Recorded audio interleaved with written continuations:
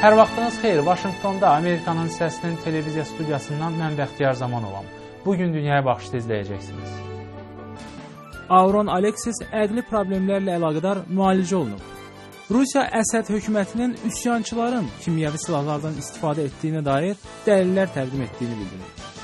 Boeing yeni təyyarəsini sınaqdan keçirib.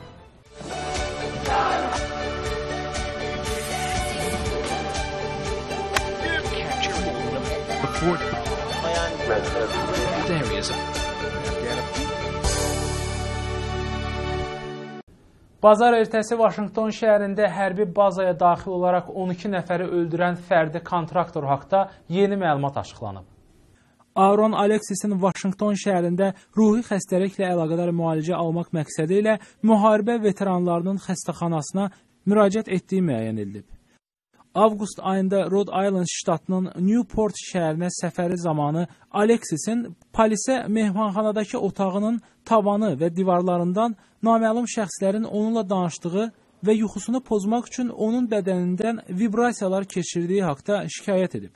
34 yaşlı sabiq dəniz donanması əskəri hərbi dəniz sistemləri komandanlığının işçilərinə atəş açdıqdan 30 dəqiqə sonra davam edən atışma zamanı güllələnərək öldürülüb.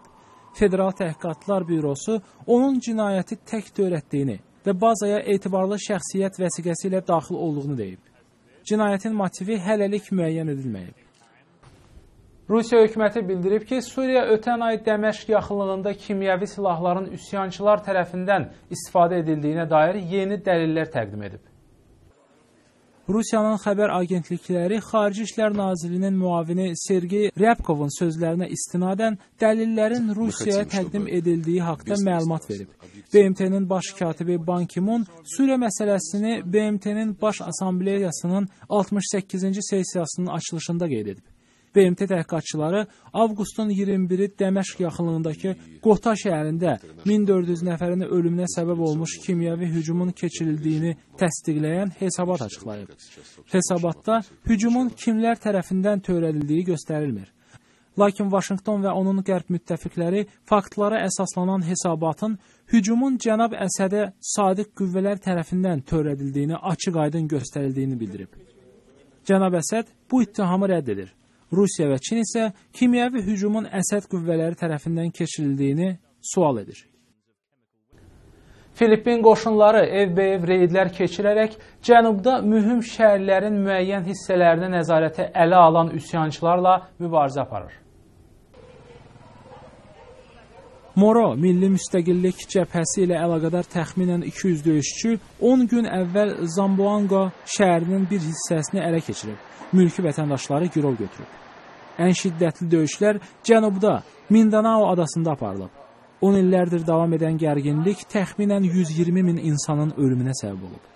Hərbi qüvvələr 86 üsyançının öldürüldüyünü, onlarla döyüşçünün həbs edildiyini deyib. Döyüşlər zamanı azı 11 əskər və 4 mülki vətəndaş öldürülüb. Təxminən 100 min adam evlərindən didərgin düşüb. Hərbiçilər yerdə qalan 30-40 üsyançını təslim olmağa çağırıb. Əks təqdirdə onların əməliyyat zamanı öldürüləcəklərini deyib. Boeing şirkəti yeni 787 tipli sərnişin təyyarəsini sınaqdan keçirib. ABŞ-ın aviasiya şirkətinin Vaşinqton ştatında yerləşən zavodunda istehsal edilmiş yeni 787-9 tipli təyyarə Boeing'in təyyarə meydançasından havaya qalxıb. Şirkətin yüzlərlə işçisi ilk uçuşu maraqla izləyib. Yeni tipli təyyarə Boeing'in 787-9 orijinal təyyarəsindən 6 metr daha uzundur və ondan daha çox sərnişini daşıya bilir. Boeing rəsmiləri həmçinin bildirib ki, Dreamliner adlanan və yanacağa daha çox qənaət edən yeni təyyarə daha çox yük daşıma və uzağa uçma qabiliyyətinə malikdir. Sınaq uçuşu və sertifikat aldıqdan sonra 787-9 təyyarəsi gələn il iyun ayında müştərilərin xidmətinə veriləcək. Təyyarənin ilk uçuşunun Yeni Zelandiya hava yolları tərəfindən həyata keçirilməsi gözlənilir. Orijinal 787-8 təyyarəsi istehsal problemlərinə görə 3 il gecikməkdən sonra 2011-ci ilin sentyabr ayında istifadəyə verilmişdi. Günün mühüm xəbərləri və reportajlarını habelə bloqlarımızı Amerikanın Səsinin web səhifəsində izləyə bilərsiniz. Ünvanımız 3w.amerikanınsəsi.org-dur. Vaşinqtondan Amerikanın Səsinin televiziya studiyasından mən Bəxtiyar Zamanov sizlə xudafizləşirəm. Salamat qalın.